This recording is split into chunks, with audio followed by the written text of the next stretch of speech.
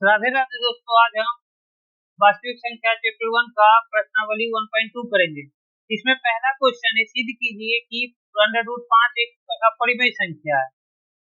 √5 एक अपरिमेय संख्या है। अगर आप लोग एग्जांपल 5 देख लिए होंगे अच्छे से, तो आप लोगों को समझ में आ गया होगा कि क्वेश्चन एक ही तरीके से बन रहे हैं, कॉन्सेप्ट बस क्लियर होना चाहिए। तो चलिए हम लोग इसको सॉल्व करते हैं।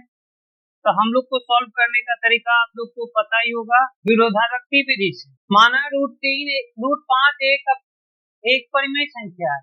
जैसे ही अपरिमेय संख्या है, जैसे ही हम विरोधारक्ति विधि से मानेंगे तो √5 एक अपरिमेय संख्या हो जाएगी।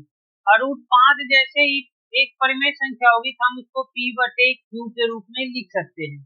अब p/q के रूप में लिखने का एक नियम होता है कि जहाँ p और q सभाज्य पूर्णांक है और q = 0। सभाज्य पूर्णांक का नियम हम लोग आपको 5 नंबर में बताए थे और तभी बताते ही आ रहे हैं कि सभाज्य पूर्णांक का मतलब होता है कि अपने आप से और एक से ही कटे और उसका HCF हमेशा एक ही होता है। q = 0 इसलिए दिया जाता है, q बराबर अगर 0 हो जाता है तो सारी संख्याएं 0 हो जाती है, फिर तो कोई मतलब नहीं, परिमेय संख्या और अपरिमेय संख्या हो गई। तब इसको हम ऐसे लिखेंगे, √5 q = p। अब हम लिखेंगे इसको दोनों तरफ वर्ग करने पर।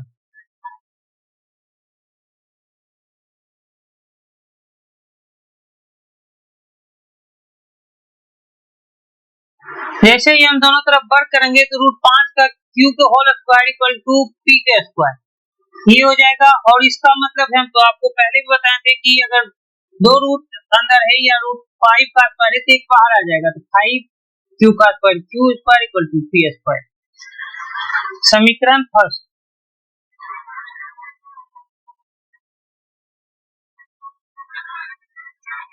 अब इसमें देखना वाला बात है कि हाँ,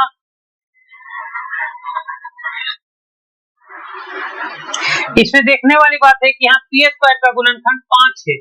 तो जैसे ही p² का गुणनखंड 5 होगा तो p5 का भी गुणनखंड 5 होगा। ये कथन एक हो गया। और जैसे ही इसका गुणनखंड हुआ तो सभाज्य पूर्णांक तो रहा नहीं, लेकिन चलो अब हम p का निकालें। अब p का वैल्यू हम p बराबर 5m मान लेते हैं। p का वैल्यू 5m हम यहाँ पर पुट कर दिए तो 5q² बराबर 5m का होल स्क्वायर। अब 5q² बराबर 25m², 5 के 5 बार में कट गया तो q² बराबर 5m²। और जैसे ही हम यहाँ पर फिर वही पूरा बात लिखेंगे, q बस यहाँ q हो जाएगा, q² का एक गुणनखंड q² 5 है तो q का भी गुणनखंड 5 होगा। और दोनों q का भी गुणनखंड आ गया और q का भी गुणनखंड आ गया। इससे तो यह साबित हो गया कि सभाज्य पूर्णांक नहीं है। और जैसे ही सभाज्य पूर्णांक नहीं है तो p/q के रूप में नहीं लिखा सकता। और p/q के रूप में नहीं लिखा सकता तो यह परिमेय संख्या भी नहीं है। तो हम इसको अब आगे लिखते हैं। अब इसको हम कथन 1 में मेरा था कि q² का q का गुणनखंड भी एक आ रहा है, p का भी गुणनखंड आ रहा है। तो कथन 1 और 2 के से स्पष्ट है कि p और q का सभाज्य पूर्णांक नहीं है। इसलिए मेरा मानना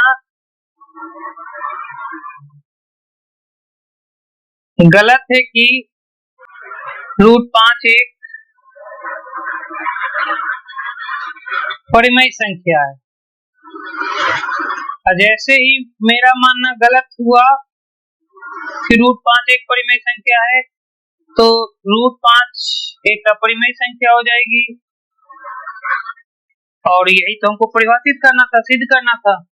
तो चलिए क्वेश्चन नंबर पहला खत्म हो गया। अब हम लोग देखेंगे क्वेश्चन नंबर 2।